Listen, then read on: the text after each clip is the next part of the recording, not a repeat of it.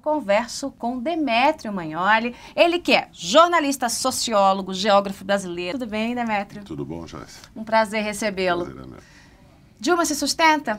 Há risco dela se sustentar, Demétrio?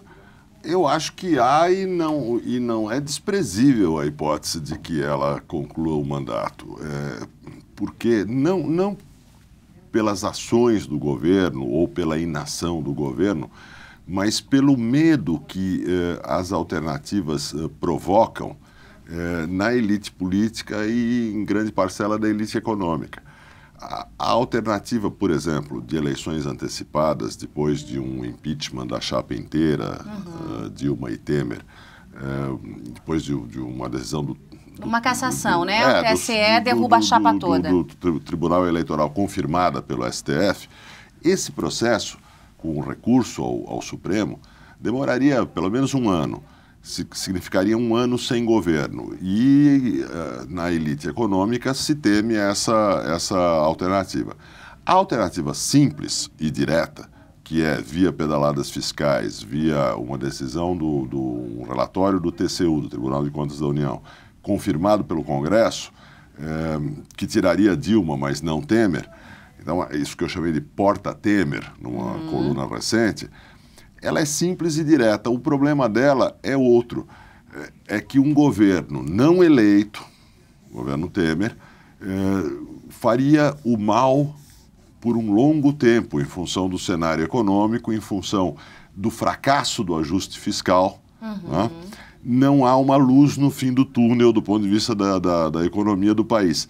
Então, quem é que quereria entrar no vagão do trem de um governo não eleito, que seria o governo Temer, comprometido com o governo Dilma, né? E que vai fazer o mal?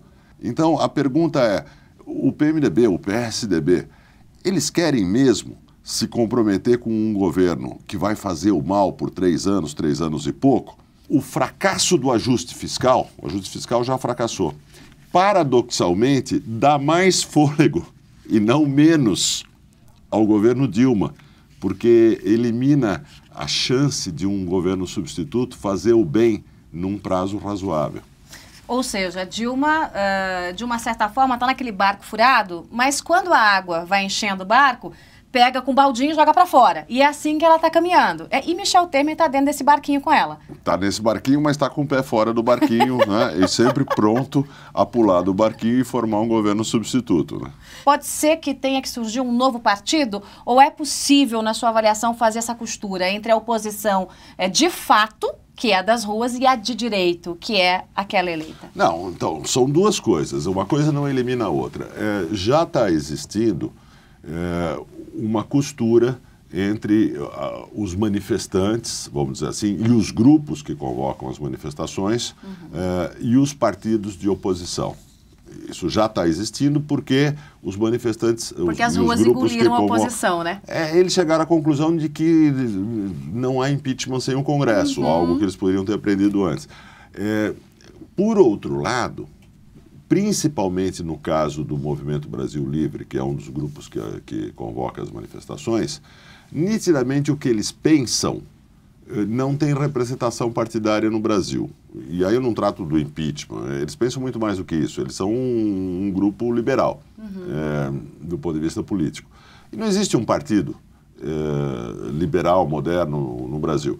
Então, talvez a gente esteja assistindo, né, ao surgimento de um partido de centro-direita, liberal e democrático no Brasil, a partir desses grupos nas ruas.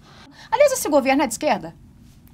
É de esquerda latino-americana, é preciso qualificar. Esse não é um governo de esquerda social-democrata, né? Ele também não é um governo de esquerda clássica, que se preocupa com a universalização dos direitos sociais. Né? É por isso que saúde e educação no Brasil continuam tão mal assim. Isso jamais foi prioridade dos governos de Lula e de Dilma. Ou seja, de um capitalismo baseado na aliança entre o Estado e uma elite do alto empresariado nacional. Né? É a esquerda Odebrecht, eu diria. Né? E você, Demétrio, hoje, Se considera de esquerda, de direita, em cima do muro, como o PSDB às vezes? Olha, as minhas simpatias estão com uma esquerda de tipo social-democrata, com uma esquerda de tipo europeu. Eu acho que o Brasil tem um problema muito sério de desigualdades e de exclusão social. O Brasil tem um problema muito sério de universalização de direitos sociais, tem um problema muito sério de saúde, educação, transporte.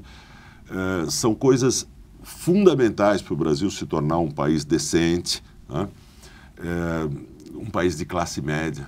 Extinguir o PT significa extinguir uma parcela da opinião pública brasileira. Vamos entender isso. O PT representa uma parcela não tão grande quanto representava, hoje bem menor do que a sua representação no Congresso, como as próximas eleições vão deixar claro, mas representa uma parcela verdadeira, real, dos brasileiros. Eles não são estrangeiros, eles não vieram de Marte. Então, obviamente, extinguir o PT exigiria um ato de força. Na democracia não se vai extinguir o PT, né? Mas ele vai pagar eleitoralmente e politicamente pelo que fez. O pior do PT hoje é o Lula?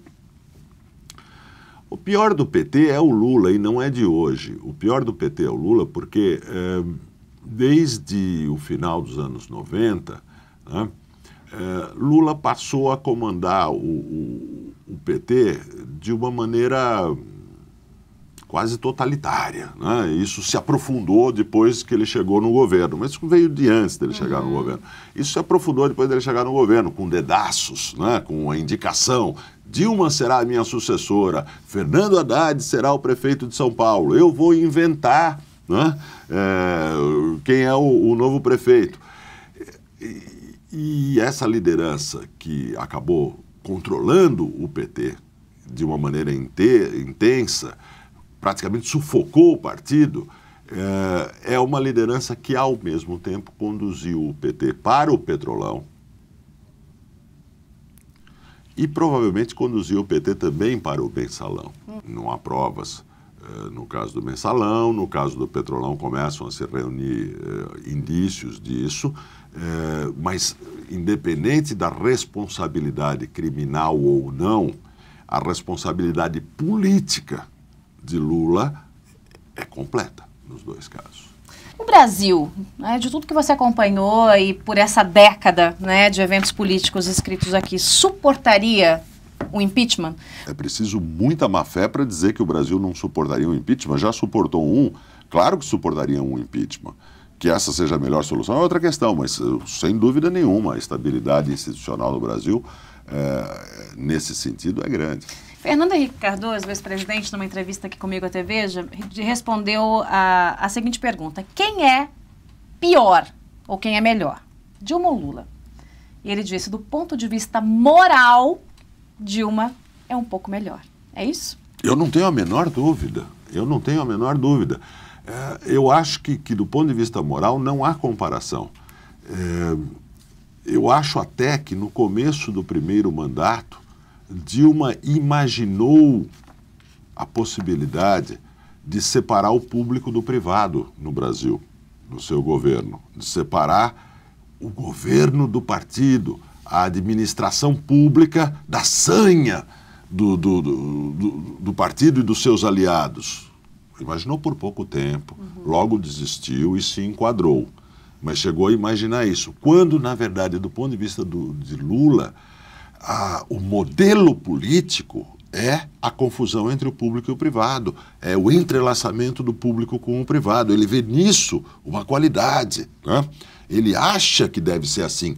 Ele acha que as máfias políticas devem se apropriar da administração pública, né? Então, do ponto de vista moral, eu não tenho a menor dúvida, estou de acordo com o ex-presidente Fernando Henrique. Do ponto de vista ideológico, há uma diferença importante. Lula não tem ideologia. O que Lula quer é o poder de Lula.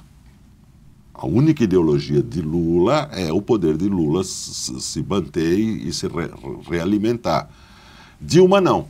Dilma é uma nacionalista, estatista, ela tem uma ideologia que ela aplicou na política econômica do seu segundo mandato. Isso é ruim, porque a ideologia dela é péssima, é anacrônica e deu no caos que deu.